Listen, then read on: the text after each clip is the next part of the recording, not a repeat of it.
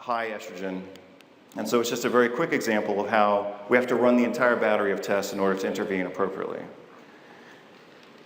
I mentioned previously, starting to talk about toxins, which is our last category here. Talking about toxins, we're all poisoned with pesticides and plastics. The only question is how much, right?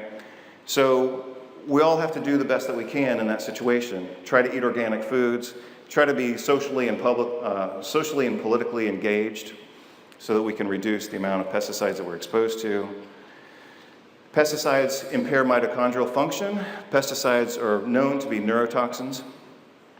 So in a lot of situations, we might try to be more aggressive and help people detox through exercise, sauna, sweating to reduce the amount of toxins that they have stored in their fat, for example. But I think a lot of this, there are a lot of things we can do, of course, for detoxification, but a lot of what we're exposed to is beyond our control. And if we just focus on detoxification, then we're only going to help a handful of people. What we need to do is change the way governments regulate chemical exposure, and especially pesticides.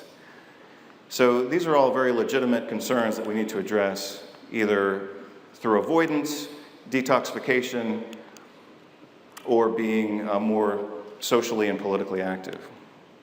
So that takes us to the end of that first section. We talked about 4 different types of inflammatory conditions: metabolic, allergic, autoimmune, and a little bit of gut-brain axis. And now in the final few minutes, I'm going to talk specifically about gut-brain axis, just so you have kind of an overview and some ways to hold on to that information and apply it clinically. So we're going to talk about